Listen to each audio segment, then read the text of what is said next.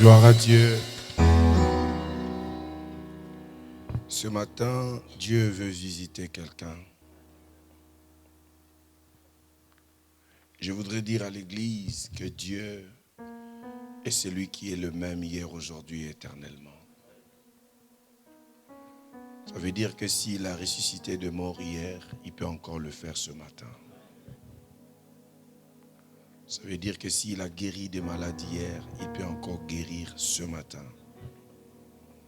Le Dieu que nous prêchons en ces lieux est un Dieu de miracles. Et moi, je crois au miracle. Je crois à la plénitude du Saint-Esprit. Je crois au débordement des grâces et des dons. Et ce matin, il est prêt à le faire dans la vie de celui qui croit. Les portes fermées s'ouvrent ce matin. À ma qualité d'homme de Dieu et de prophète, j'ai ma main levée. Étant entré en ce lieu, parce que tu as foulé le sol de cette église ce matin, sois saturé de grâce, sois saturé de la présence manifeste de Dieu, sois débordé des talents, des dons qui se manifestent pour la gloire du Seigneur. Éternel, ce matin, je m'abandonne. Prends toute la place. Que la vie jaillisse en ce lieu au travers de ta parole. La Bible l'a dit que dans leur détresse, tu envoyas ta parole et la parole les guérit.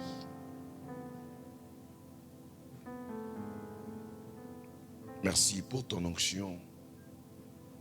Merci pour le ciel qui reste ouvert.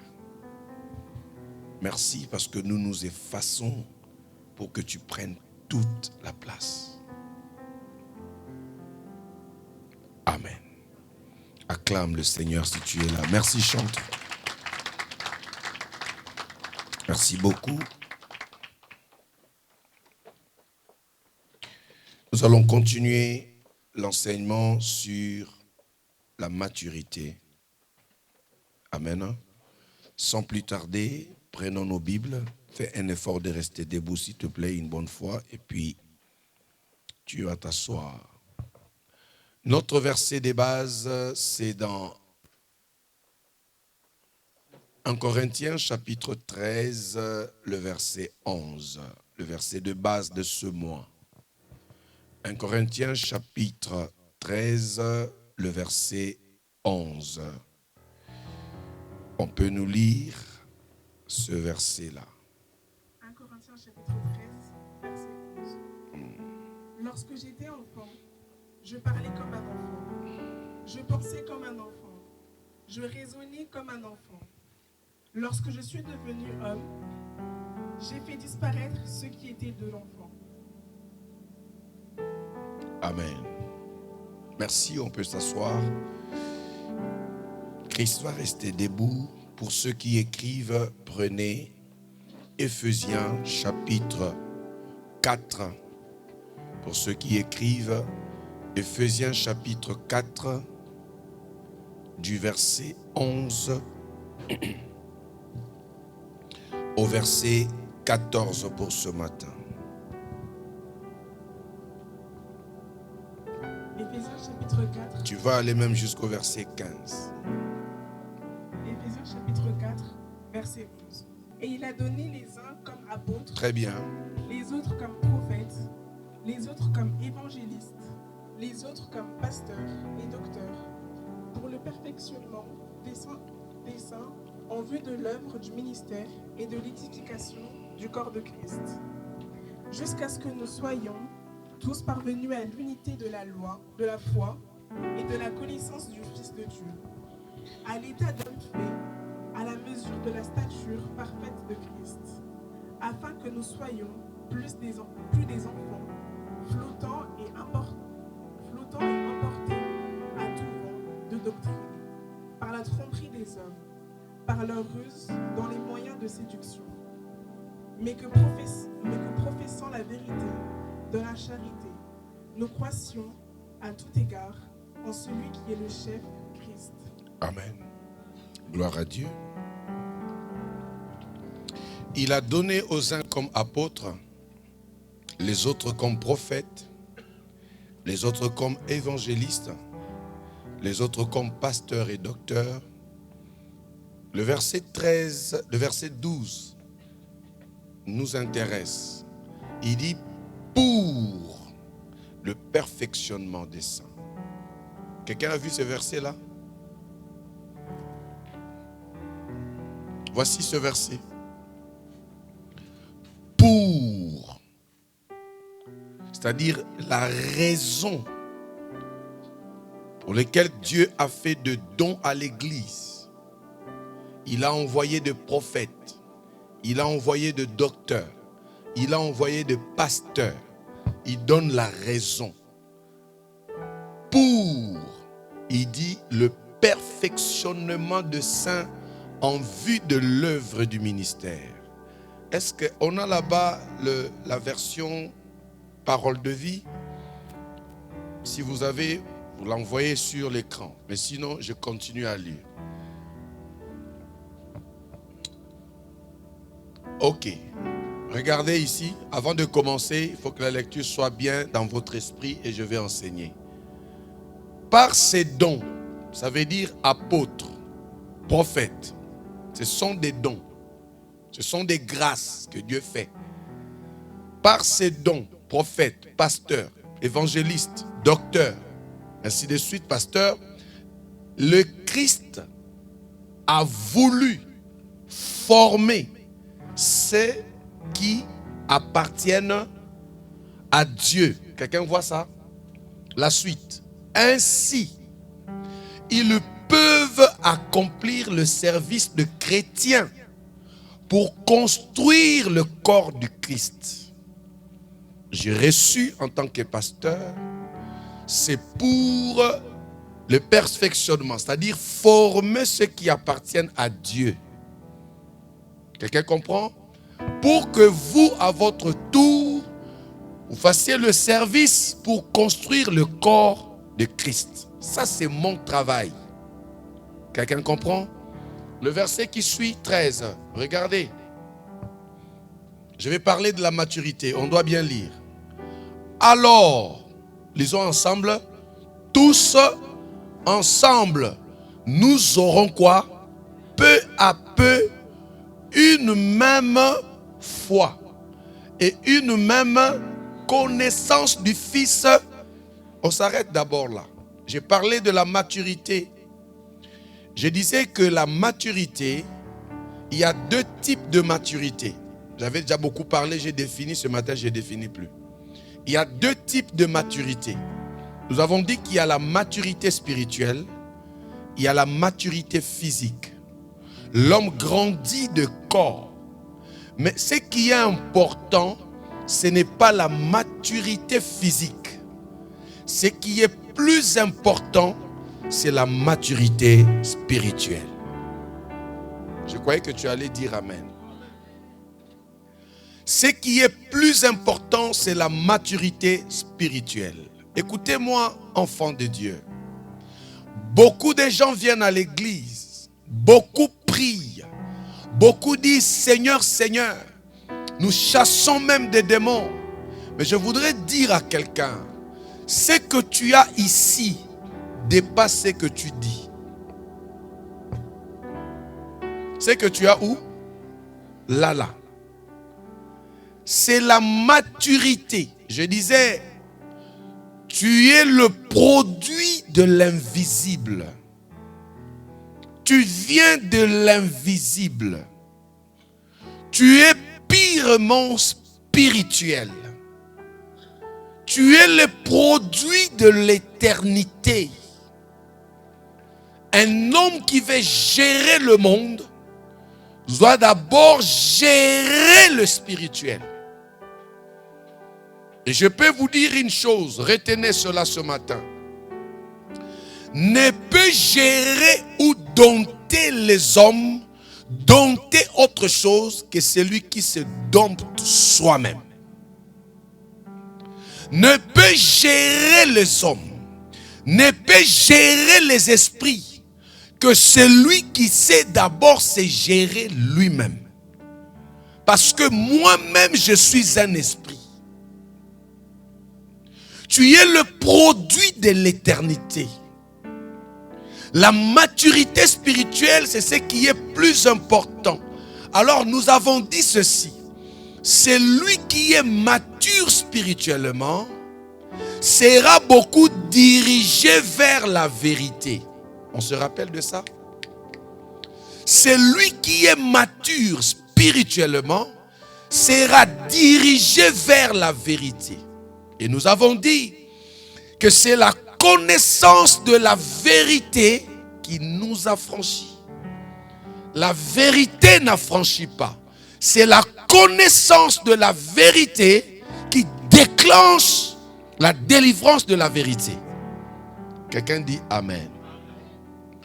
Nous avons appris ceci, que la mesure de ta connaissance détermine le niveau de ton affranchissement. Bien-aimé, tant que tu connais, tu es libre. Celui qui connaît, on ne l'amène pas. Quelqu'un me dit Amen.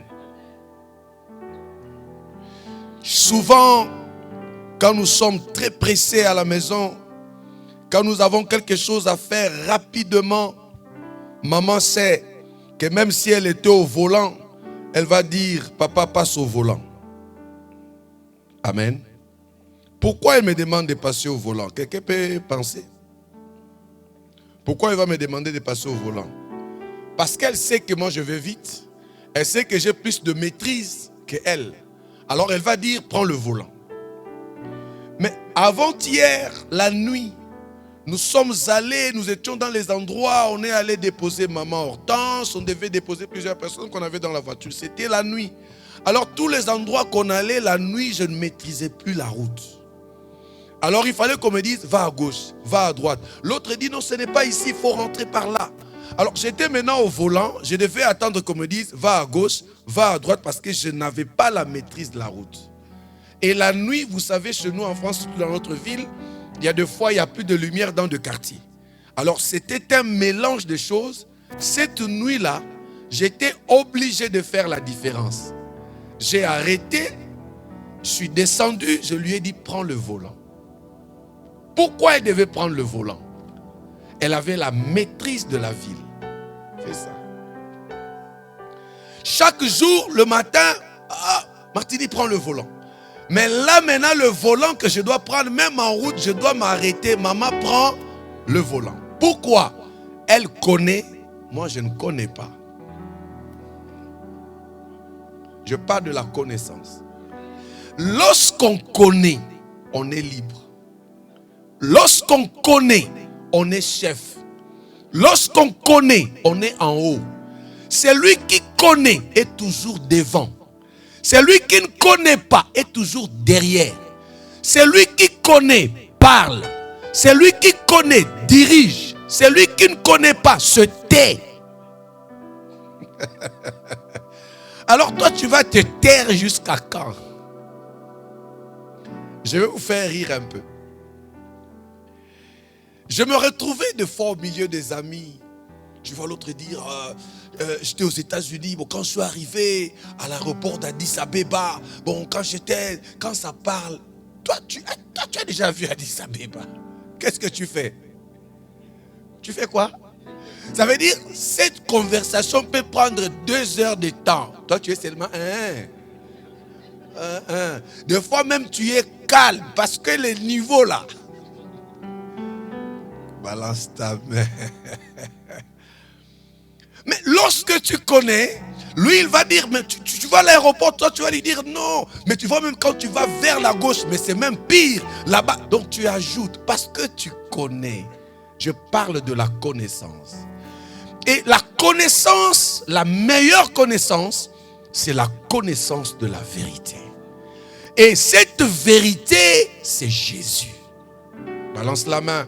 C'est ce que j'ai expliqué le dimanche passé. Aujourd'hui, je ne reste pas là. Je continue. La Bible dit, alors tous ensemble, nous aurons peu à peu Si on dit peu à peu, quelqu'un voit le progrès. Si on dit peu à peu, quelqu'un voit le développement. Ça veut dire qu'ici, nous sommes en train de grandir. Quand on dit peu à peu, je parle de la maturité spirituelle ici. Alors, peu à peu, une foi et une même connaissance de qui? Ça veut dire ici, c'est la connaissance de la vérité. Acclame d'abord le Seigneur pour ça. Après la connaissance de la vérité, finalement, nous serons de chrétiens. J'aimerais que toute la salle lise ça fort. Après que nous ayons la connaissance du Fils, finalement, nous serons des chrétiens et nous atteindrons la taille parfaite. Ce matin, je parle de la maturité spirituelle. Et je vais expliquer la maturité ce matin comme la perfection de l'homme. Amen. La perfection de l'homme. C'est-à-dire la maturité est expliquée comme étant ce matin un homme fait. Quand on dit qu'il est mature, un mature est un homme fait. Regarde quelqu'un, dis-lui sois un homme fait. Non, n'hésite pas. Même si vous ne discutez pas, dis-lui ça, que ça rentre. Dis-lui sois un homme fait. Lorsque nous lisons dans la version, il faut que j'aille doucement pour que ça puisse entrer dans notre esprit. Il dit jusqu'à ce que nous soyons parvenus à l'unité de la foi et de la connaissance du Fils de Dieu. Là, nous avons déjà parlé de la connaissance de la vérité. À l'état d'homme fait. Quand on dit il est mature, la maturité spirituelle, c'est le langage des hommes faits.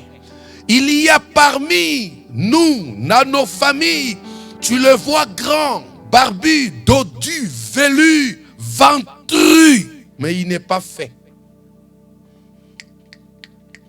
Il y a des gens, tu les vois, ils marchent en cravate comme moi. Il est bien beau, grand, géant.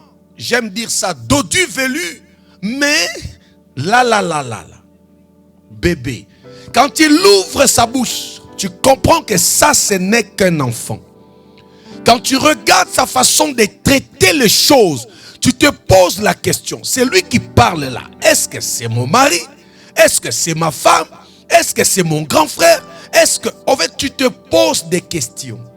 Pourquoi? Parce que il y a une manière de traiter, une manière de parler.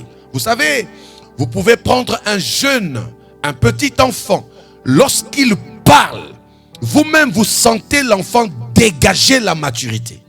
Vous êtes d'accord avec moi? Ça veut dire que la maturité n'est pas problème de temps. La maturité est une question d'esprit. En fait, la maturité, je peux aussi même dire que c'est tout un état d'esprit. Je ne suis pas mature parce que je suis né avant toi. Tu n'es pas mature parce que tu es né avant moi. Tu n'es même pas mature spirituellement parce que tu étais né de nouveau avant moi. Tu n'es même pas mature spirituellement parce que c'est toi qui as commencé l'église. Tu peux commencer cette église et demeurer enfant. Et ma prière à Dieu est que la chapelle grandisse.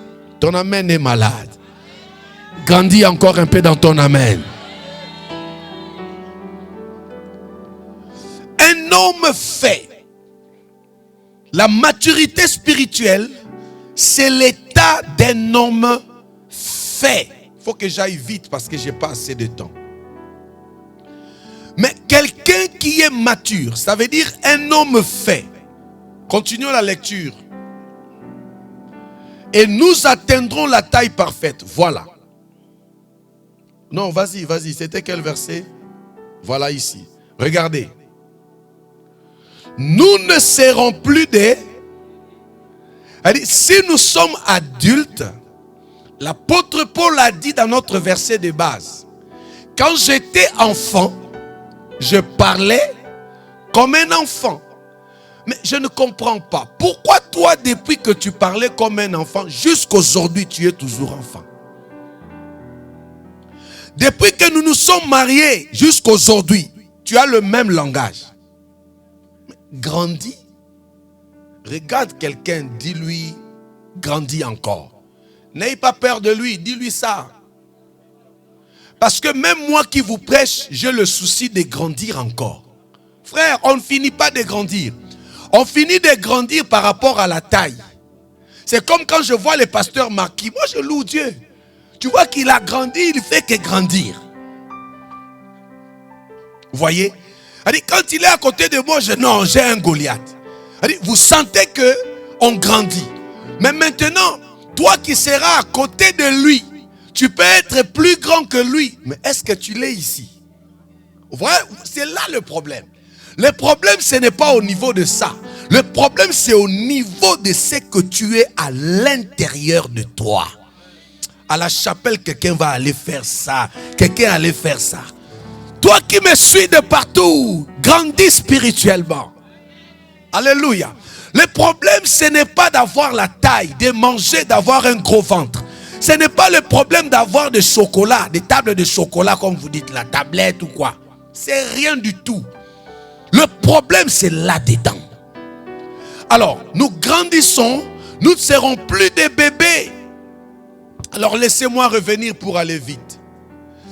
L'état de l'homme fait assez que tu n'es plus bébé. Mais qu'est-ce qui se passe? Une personne mature, un homme fait, comment le reconnaître? Je vous donne quelques signes. Ça peut aller? Voilà.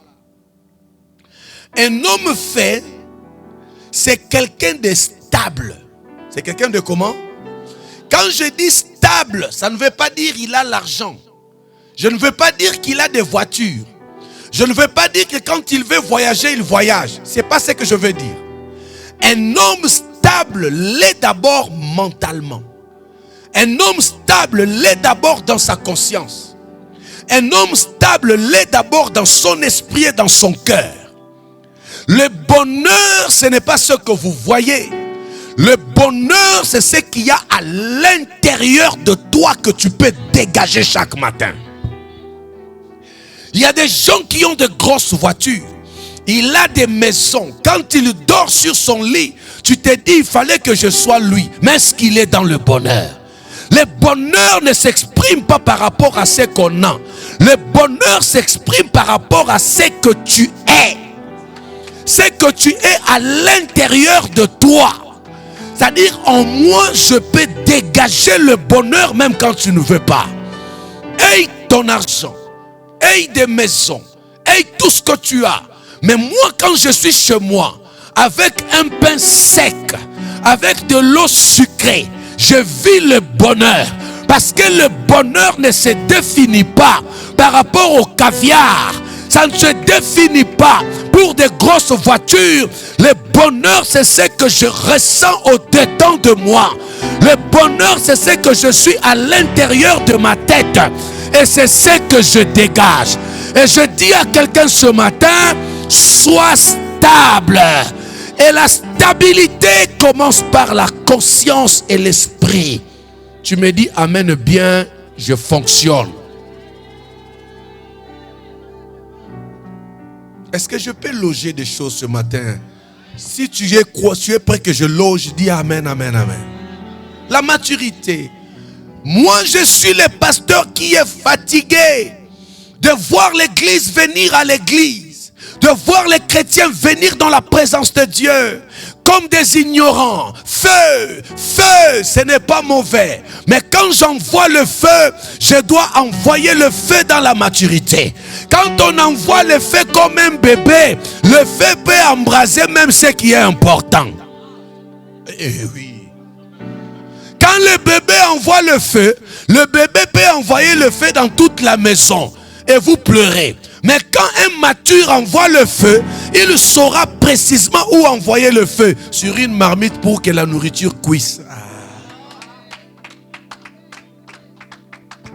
Fais ça, moi je te parle. La maturité. Et la maturité, la bonne. Oh, Chapelle Elroy, toi qui me reçois de partout, grandis spirituellement. Désirez la maturité spirituelle. Chaque jour dans votre vie, désirez la maturité spirituelle. Priez Dieu, dites-lui, Seigneur, je vais grandir spirituellement. Église, ce n'est pas venir à l'église qui compte. Ce n'est pas venir à la maison de Dieu qui compte. Ce qui compte le plus, tu viens dans la maison de Dieu, tu écoutes la parole de Dieu et cette parole te fait grandir à l'intérieur de toi. Et si nous sommes rassemblés comme des personnes sauvées, comme des personnes matures, je vous dis que les choses changeront. Il y aura des miracles, il y aura la gloire de Dieu, il y aura des choses qui se feront et l'église ne sera plus la même. Écoutez-moi bien. Vivre dans un lieu où il n'y a que des bébés, tu vas souffrir. Alléluia. Une personne mature, le premier signe, nous avons dit qu'il est stable. Il n'est pas seulement stable, il est posé. Il est comment? Quand je dis posé, ce ne veut pas dire qu'il a des positions comme ça. Ce n'est pas de ça que je parle. C'est-à-dire, Jésus a dit que votre cœur ne se trouble point. Ça, c'est la maturité. Quand mon cœur est posé, je sais que quel que soit le temps, j'ai celui qu'on appelle le Rédempteur. My God. Et le Rédempteur, même s'il ne se lève pas maintenant, il se lèvera. Moquez-vous comme vous voulez, je suis posé. Parlez comme vous voulez, je suis stable. Si ce n'est pas encore mon temps, je reste calme parce que je sais, le temps arrivera, mon Rédempteur se lèvera et il se lèvera au bon moment. Il est stable. Deuxième élément, nous allons lire ça ici. Il n'a pas comme des bébés. Nous ne ressemblerons plus à un bateau poussé dans tous les sens des vagues de la mer. Nous ne serons plus emportés de tous les côtés par les idées fausses. Mais écoutez, je vais lire ça ici. C'est le verset combien? Ici, nous sommes à la chapelle. Je peux enseigner? Oui. Il y dit ceci, 14. Afin que nous ne soyons plus des enfants. Là-bas, on dit plus de bébés. Flottant et emportés à tout vent de doctrine. Un mature ne se laisse pas emporter à tout vent de doctrine. Quand on dit vent de doctrine, on veut parler de tout genre d'enseignement et même des idées fausses. Quand on dit doctrine, la doctrine c'est tout un enseignement. Quelqu'un dit amen. Lorsqu'on est mature spirituellement, on est posé. Un mature ne se laisse pas emporter par toutes sortes d'enseignements. Aujourd'hui, les chrétiens, à cause du manque de la connaissance de la vérité, il peut arriver à un endroit, on lui dit autre chose que ce que la Bible dit, il s'emporte. Écoutez-moi, comment quelqu'un peut me dire, pour que je sois sauvé, il doit me laver le corps? Comment quelqu'un peut me dire, pour que je sois délivré, il doit me laver mon corps? Écoutez, quel corps quoi toi tu vas laver? Papa, il y a corps et corps. Dis-moi amen ici je parle. Ton amen est malade. Tu prends le corps comme de papa Patrick l'a lavé ça. Tu prends le corps de bijoux, tu commences à laver ça. Papa, tu es un païen, tu es un démoniaque. Écoutez, lorsqu'on a la connaissance, ce n'est pas au nom de toute vérité. Et j'avais dit la dernière fois, toute vérité ne délivre pas. Comment tu peux me dire que dans la vérité, si je te lave le corps, tu seras délivré? Et il te donne un verset. Naaman, pour être délivré, On lui avait dit, va te jeter dans l'eau 7 fois. Hey! Ça c'est une doctrine. Mais c'est une fausseté. Et lorsqu'on est mature, des choses comme ça ne peuvent pas rentrer. Quelqu'un me dit amen ici, je parle. On dit aux autres, pour que tu sois fort, pour que tu avances, il faut que tu puisses, je ne sais pas, tuer ton frère. Ou encore, écoutez-moi, quel enseignement tu peux me donner? Est-ce que Dieu m'a demandé de le faire? Est-ce que la Bible me demande de le faire? Ce que la Bible ne me dit pas n'existe pas. Moi je vis selon la parole de Dieu. Je vis selon l'ordre de Dieu. Je vis selon le commandement de Dieu.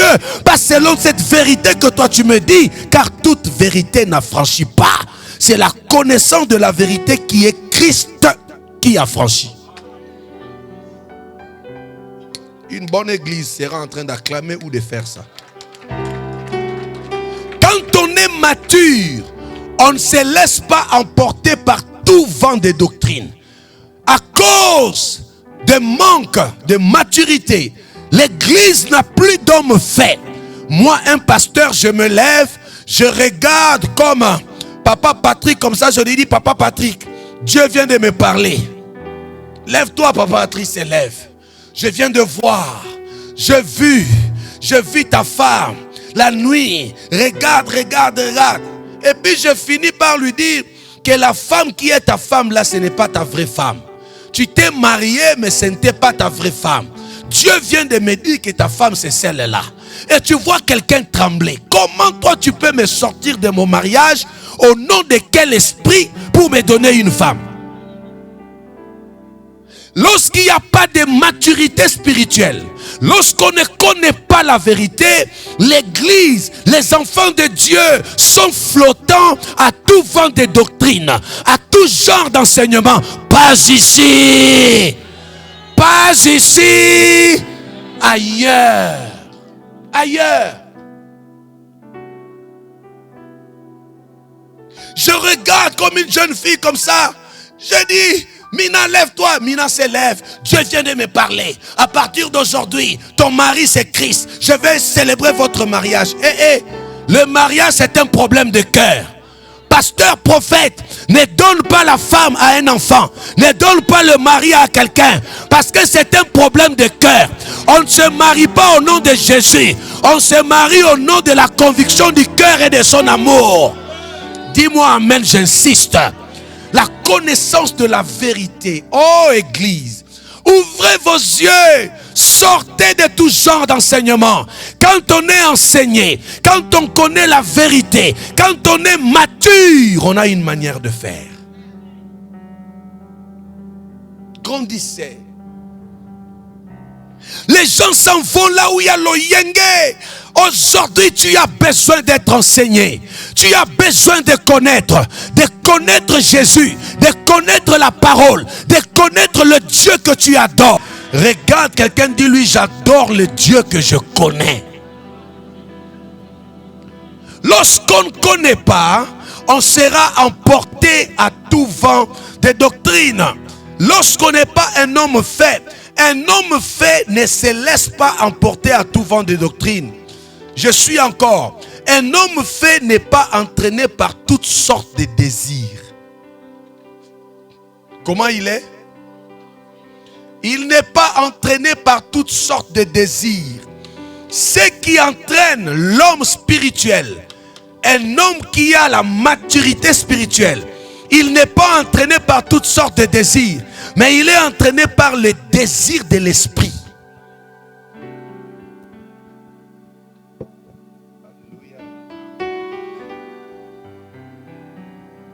Merci beaucoup. Acclamons pour lui. Encourage-le, acclame pour lui. C'est une manière de l'encourager. Il fait bien son travail. Il veille beaucoup sur le son. Amen. Alors, un homme mature n'est pas entraîné dans tout type ou tout genre de désir. Allons boire. Il voit, il boit. Mangeons, il mange. Sortons, il sort. Je peux faire rire quelqu'un ce matin en quelques minutes. Et ça va t'édifier. J'avais croisé un monsieur. C'est quelqu'un avec qui j'ai discuté beaucoup. Et il m'aimait aussi beaucoup. Un jour, il me dit, il ne priait pas. Hein. Il priait. Hein. Il était dans une religion que je ne vais pas citer ici. Alors il me dit, Martinique, toi, je suis souvent avec toi, mais je sens que tu ne vis pas. Il me dit quoi? Mais tu n'as pas de vie, Martinique. Tu es toujours concentré. Tu dois aller prêcher. Tu dois prier pour les gens. Il me dit, mais il y a un moment, il commence à m'aider. Hein? Il dit, il y a un moment, tu te concentres beaucoup. À un moment donné, il faut un peu t'évader. Tu as le temps de manger, de boire. Tu oublies un peu. C'est une manière aussi de te ressourcer. Est-ce qu'il a menti? Il faut manger. Il faut boire, il faut se reposer pour se ressourcer. Mais maintenant, écoutez là où il y a le problème. Il me dit, je sais que là où tu es ici, j'étais encore à Libreville pendant ce temps. Il me dit, là à Libreville, là, tout le monde te connaît. Tu ne peux pas vivre. Allons, je t'amène en Guinée. Là-bas, personne ne te connaît. Il dit, il m'amène où?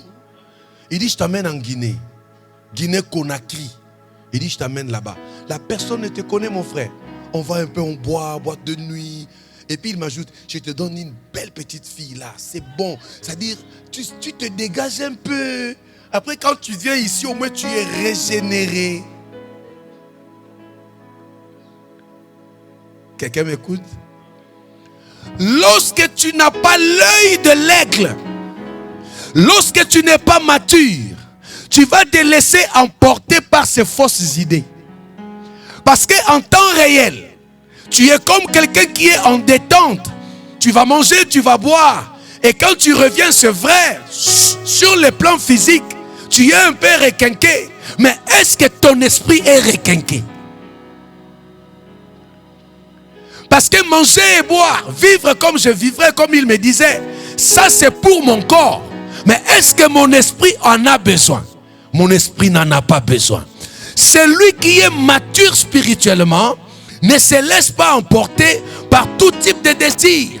Il n'est pas entraîné par toutes sortes de désirs. Bien aimé, il y a les désirs qu'on appelle les désirs de la chair. Les désirs de la chair ne doivent pas entraîner celui qui est mature spirituellement. Les désirs de la chair, on parle de débauche, on parle de l'impudicité, on parle de boire, de manger à l'excès, de faire tout ce que vous connaissez que je n'ai pas le temps de citer. Ces désirs-là ne peuvent pas entraîner, ne peuvent pas conduire, ne peuvent pas diriger celui qui est mature spirituellement. Et je dis ce matin, soyez dirigés par le désir de l'esprit. Je disais, soyez entraînés par le désir de l'esprit. Quand je marche, mon esprit a besoin d'adorer. Mon esprit a besoin de lire la parole. Mon esprit a besoin de chanter Alléluia. Mon esprit a besoin d'élever Jésus. Mon esprit a besoin de faire du bien au prochain. Mon esprit a besoin d'évangéliser. Mon esprit a besoin, ça veut dire, ce qui m'entraîne, ce sont des désirs qui glorifient Dieu. Si tu es comme ça, c'est que spirituellement, tu as grandi.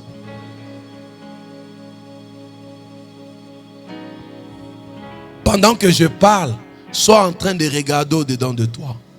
Quels sont les désirs qui t'entraînent?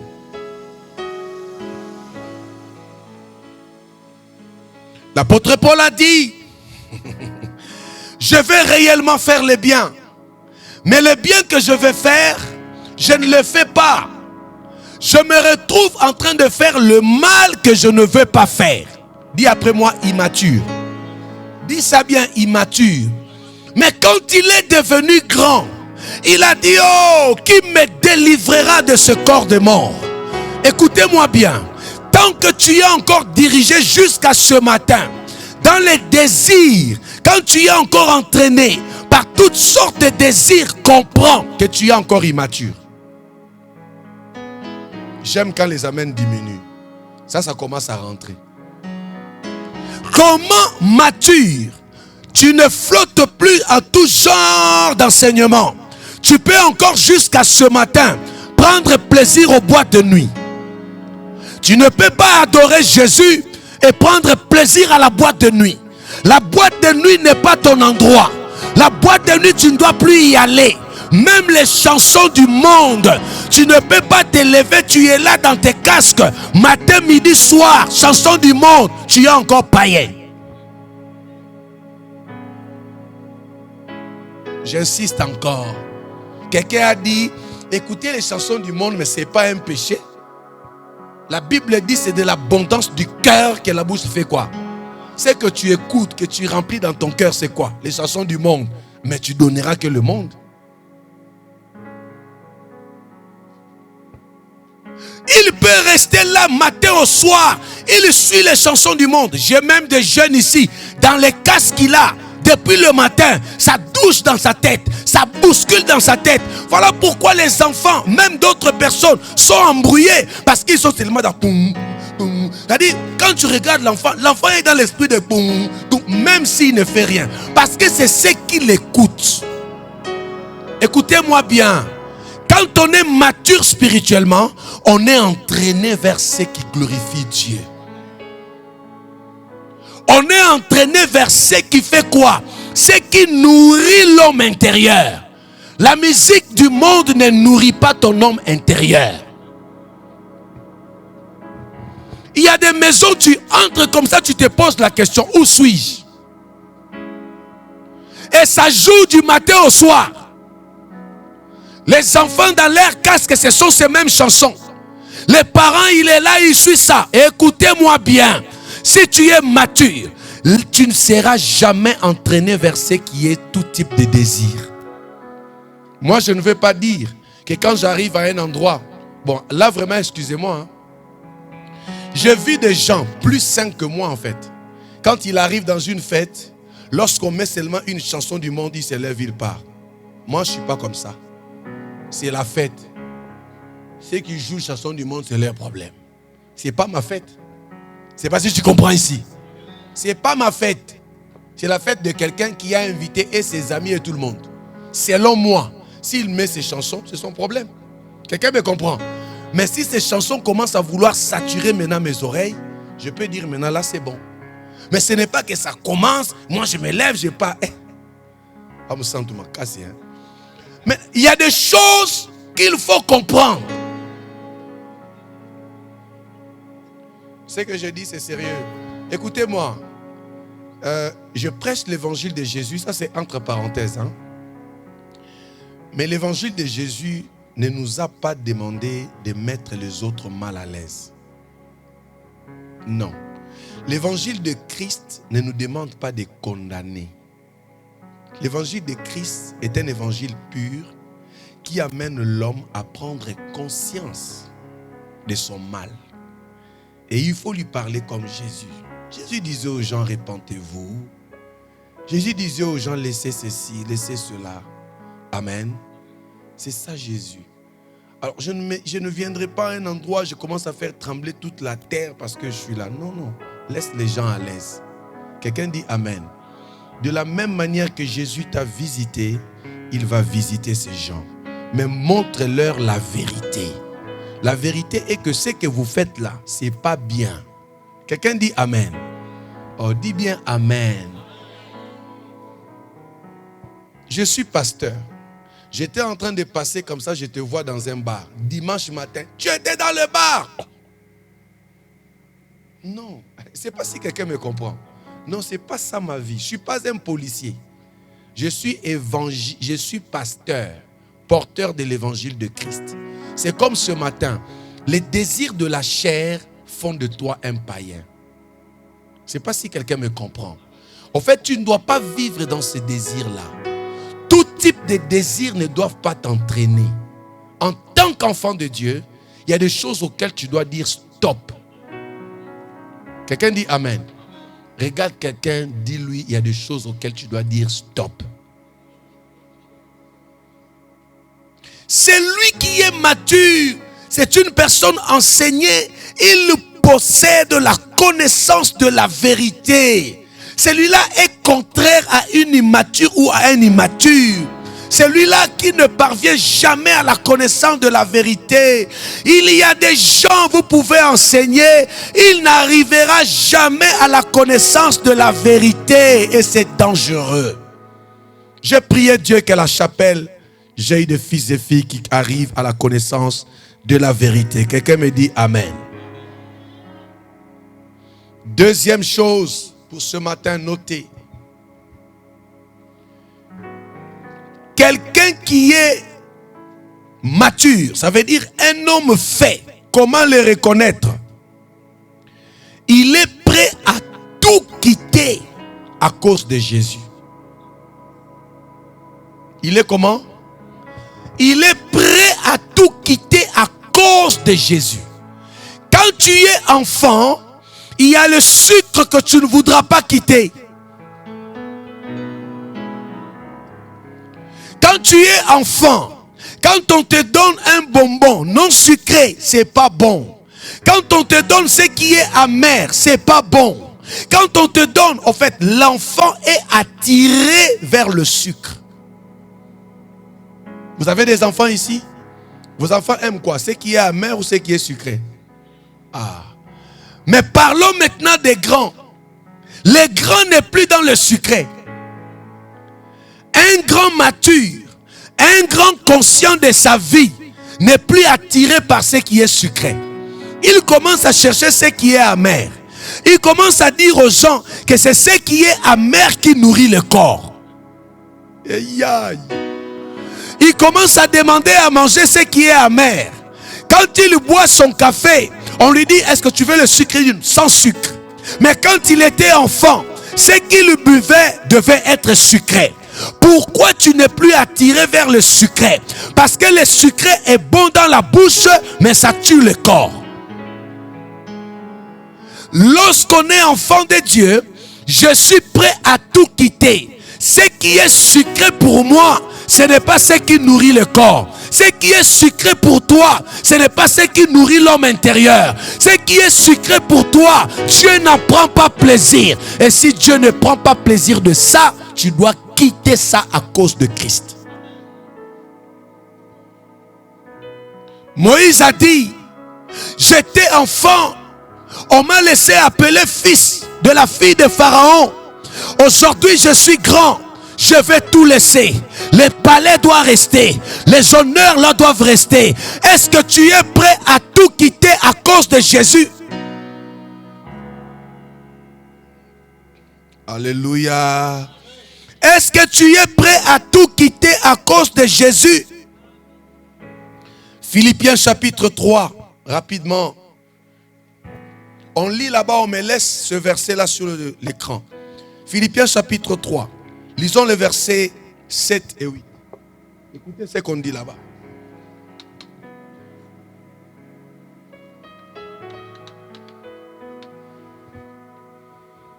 Philippiens chapitre 3. Versets 7 et 8. Mais ces choses qui étaient pour moi des gains, je les ai regardées comme une perte à cause de Christ. Et même, je regarde toutes choses comme une perte à cause de l'excellence. Recommence ce texte s'il te plaît, vas-y.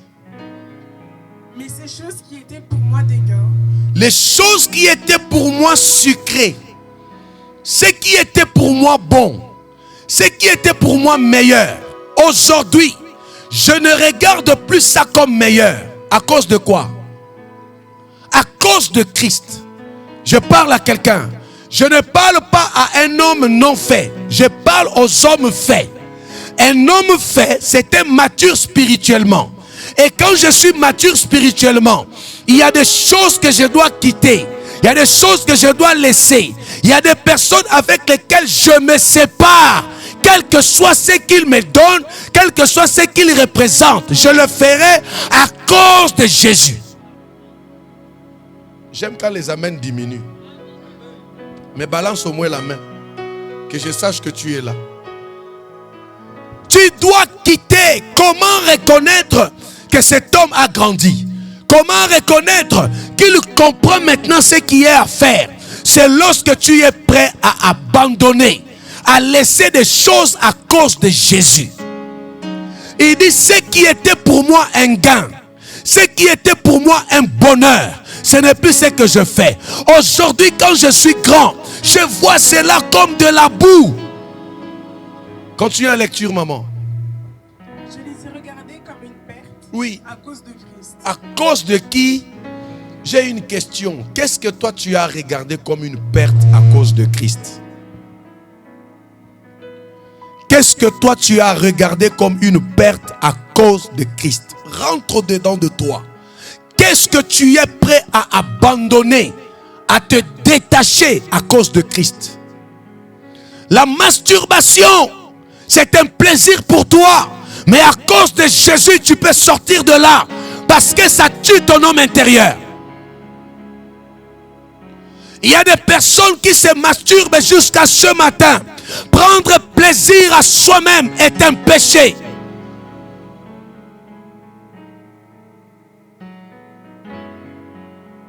Oh, oh, oh. Tu ne peux pas continuer à vivre cette vie-là. Il y a des choses que Dieu a faites.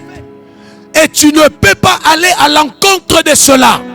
Tu es en train de pécher contre Dieu. À cause de Jésus, arrête cela.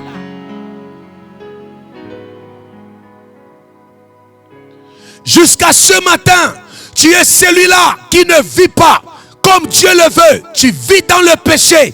Un mature n'est pas un pécheur. Un vrai enfant de Dieu n'est pas un pécheur. Plus un comme moi a dit, Dieu a dit, celui qui dit qu'il ne pêche pas est un menteur. Celui qui pêche n'est pas un pécheur. Celui qui vit dans le péché, c'est lui le pécheur. Bah là, j'explique. Tout homme peut pécher, mais tout homme n'est pas pécheur. Moi, je ne m'appellerai jamais pécheur. Parce que ma vie de chaque jour, je cherche à ce que Dieu me taille. Je cherche à vivre selon sa parole. Mais il peut arriver que je tombe. Je ne suis pas un pécheur.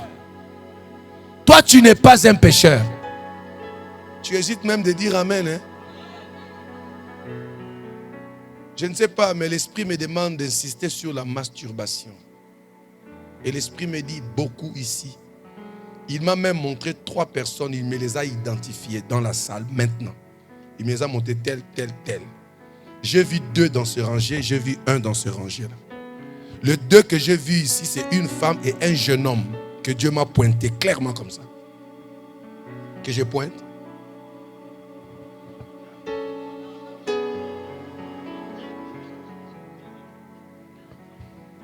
Il y a 2 ici que Dieu m'a vraiment montré clairement, tel et tel. Il y a une femme, il y a un jeune homme. De ce côté, on m'a montré 1. Mais je sais qu'il y a plus de 3 dans la salle. J'ai prié Dieu ce matin qu'à cause de Jésus, vous arrêtiez cela. Cela détruit votre homme intérieur.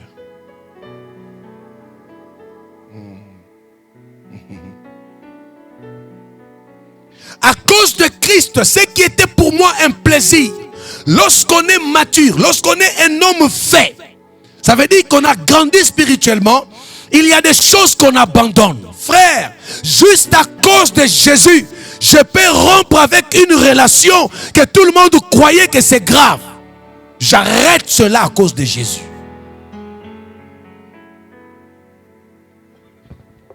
Et d'ailleurs, ce matin, je vais parler comme un homme maintenant. En quelques minutes, est-ce que je peux parler? Il y a des relations qui te font souffrir pour rien. Là, je parle à mes filles. 15 ans, 10 ans, 12 ans.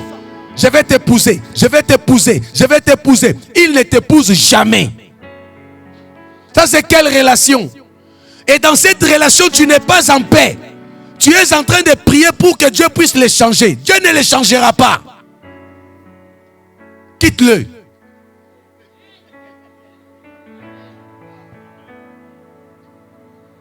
Quelqu'un a fait hey! Écoutez-moi bien.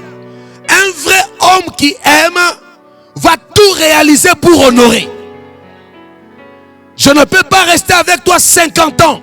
60 ans, que te faire seulement des promesses. Et au milieu de ça, je ne suis même pas gentil, je ne suis même pas aimant, je ne suis même pas attentionné, je ne suis même pas ordonné. Et nous vivons que des problèmes et des problèmes. Et tu attends que Dieu change. Quelqu'un dit, papa parle. Écoutez-moi bien, écoutez-moi bien. Ne prie pas pour le changement de quelqu'un d'autre. Prie pour ton changement à toi. Parce que l'homme ne peut pas changer l'homme. Mais l'homme doit se changer lui-même par la grâce de Dieu.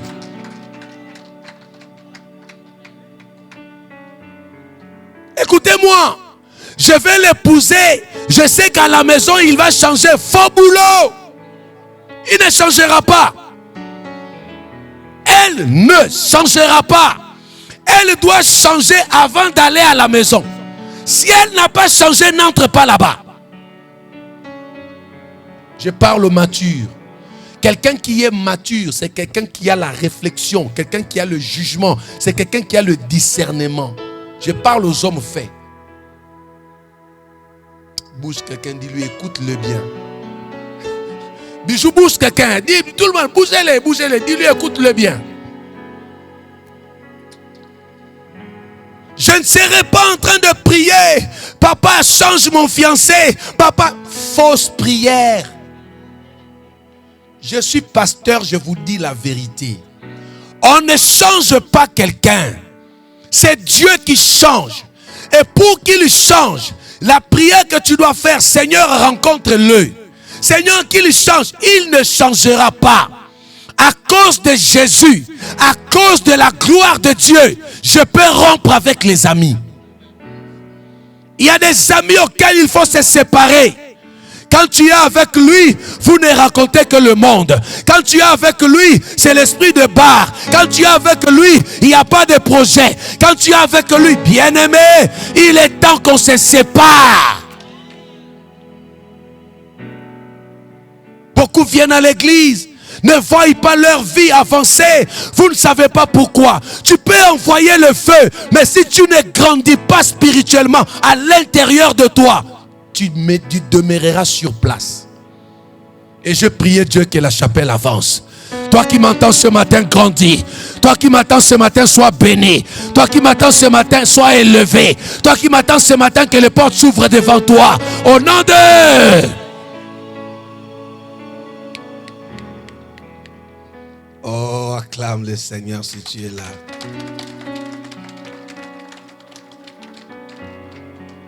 Les chrétiens aujourd'hui veulent vivre le luxe. Le chrétien veut la facilité. Le chrétien dit Jésus jusqu'à quand? Le chrétien dit Jésus, écoutez, même Abraham, notre père dans la foi, il était arrivé un temps dans sa vie où Dieu lui a dit, sors de la maison de ton père, sors de ta patrie. Quand il est sorti, il est parti avec Lot. Est-ce que Dieu t'avait dit de partir avec ton neveu? Dieu t'a dit, sors de ta patrie. Il n'a pas dit sortez. Sors de la maison de ton père.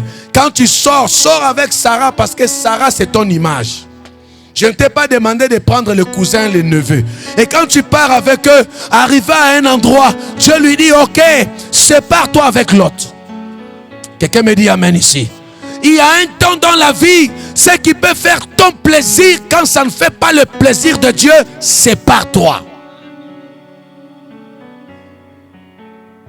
Ne peut arriver à ce niveau que celui qui est un homme fait. En d'autres termes, mature.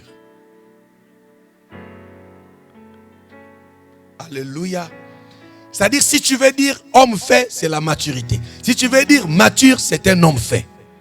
Et je priais Dieu que la chapelle soit remplie des hommes faits.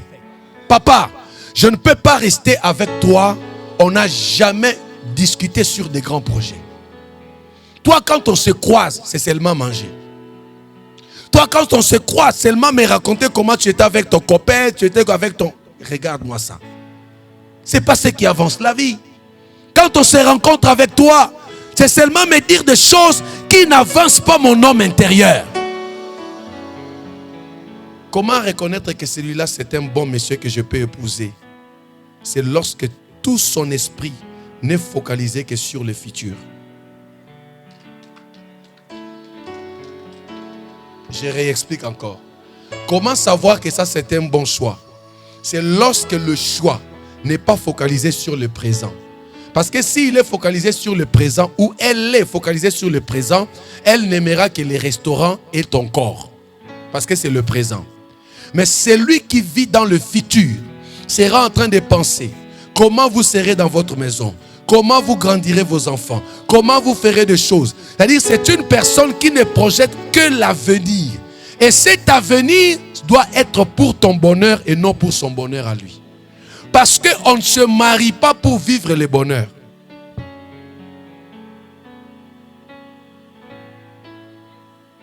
On ne se marie pas pour vivre le bonheur. On se marie pour apporter le bonheur. Celui qui se marie pour aller vivre le bonheur, c'est une immature, c'est un immature. Il faut faire attention à ce choix. Parce que ça, c'est ce qu'on appelle amour intéressé. Je ne me marie pas pour que tu me donnes le bonheur. Moi, je me marie pour t'apporter le bonheur. Lorsqu'on arrive au niveau où tu comprends que celui-là veut prendre le bonheur chez moi, ce n'est pas bon. Je me sépare. Le pasteur là prêche bien, mais lui, il ne sait pas que dire à quelqu'un de se séparer. Il ne sait pas là où nous avons commencé. Si je me sépare avec lui, est-ce qu'il va me donner un homme? J'ai entendu une femme dire ça. J'ai entendu l'autre dire, ce que le pasteur dit là c'est vrai, mais je l'aime, je n'arrive même pas à me séparer. J'ai entendu quelqu'un dire ça. Tu n'arrives pas parce que tu n'as pas encore grandi. Le jour où tu grandiras, tu comprendras que je peux quitter ce que je crois meilleur pour attraper ce qui est plus meilleur. Le jour où tu vas grandir. Le jour où tu grandiras, tu comprendras que là, c'était une distraction. Le meilleur m'attend devant. Il y a des choses auxquelles il faut se séparer. On ne peut se séparer des choses comme ça que lorsqu'on grandit. Quand je suis un homme fait, j'ai des décisions et j'assume les conséquences. Je suis à la chapelle Elroy ici. Comment l'homme que tu as ou la femme que tu as, hier à l'école du ministère ici, quelqu'un m'a posé une question. La personne me pose la question en disant, je suis avec un homme, on reste ensemble, on a même fait un enfant, mais on n'est pas mariés. Cet homme, on ne se comprend pas. Cet homme ne s'occupe pas de moi. Cet homme n'est pas, on sent que l'amour là n'est pas. Mais on reste ensemble. Qu'est-ce que je peux faire? J'ai dit sans réfléchir, ma fille, sors de cette maison. J'ai dit bien sans faire quoi? Mais il ne t'a pas épousé. Dieu a dit que personne ne sépare ce que Dieu a, qui vous a unis vous. Comme personne ne vous a unis, je vous sépare.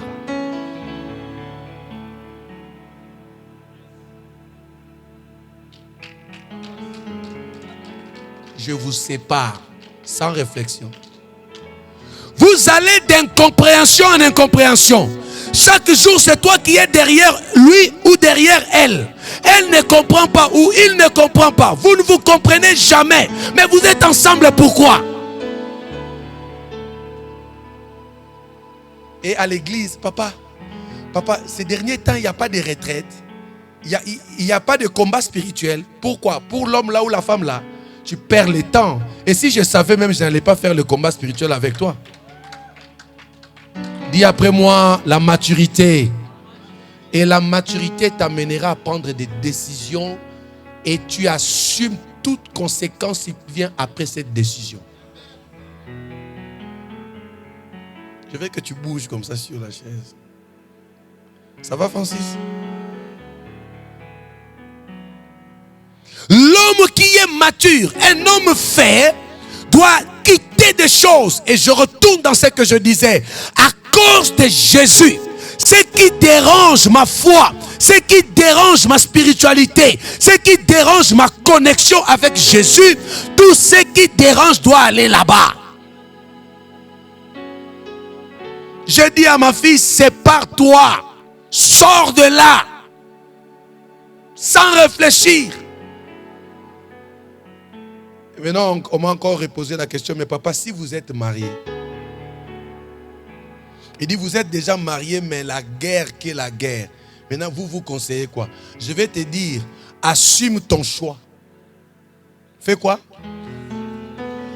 Avant qu'il ne t'épouse, tu avais vu tout ça. Tu as quand même dit qu'il va changer à la maison. Donc, comme tu savais qu'il va changer, ou elle va changer, assume jusqu'à ce qu'il va, ou elle va changer. Elle va toujours changer. Ah, le pasteur là parle bien, mais apparemment... Oh, dis-moi amen bien. Parce que vous êtes déjà mariés, personne ne va vous séparer. Quelqu'un dit amen ici. Oui. Mes filles qui n'êtes pas encore mariées et mes fils, écoutez ce message très bien. C'est le temps. Si c'est pas bon, sors de là, papa va t'acclamer. Mais si tu sors étant marié, papa ne t'acclamera pas. Il te dira retourne. Mais papa, on ne s'entend pas. Vous voulez que je meure? Tu mourras parce que c'est ton choix. À chaque décision se fait suivre une conséquence. Que personne ne sépare ce que Dieu a uni. Reste là. Même si dans mon cœur, je sais que vous pouvez vous séparer. Mais tu vas rester là.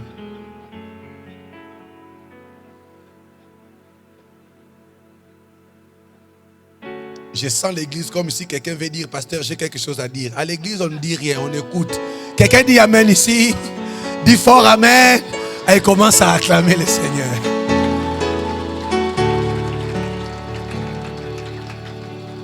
Ce que je vous enseigne ce matin, c'est pour vous dire, l'église reste dans les choses qui le fait souffrir parce qu'il ne grandit pas spirituellement. Grandissez spirituellement et des choses qui tomberont seules. Quelqu'un me dit amen. Quelqu'un dit bien amen. Ce matin, je dois m'arrêter ici parce que le temps ne me permet pas d'aller si loin. Que Dieu vous bénisse.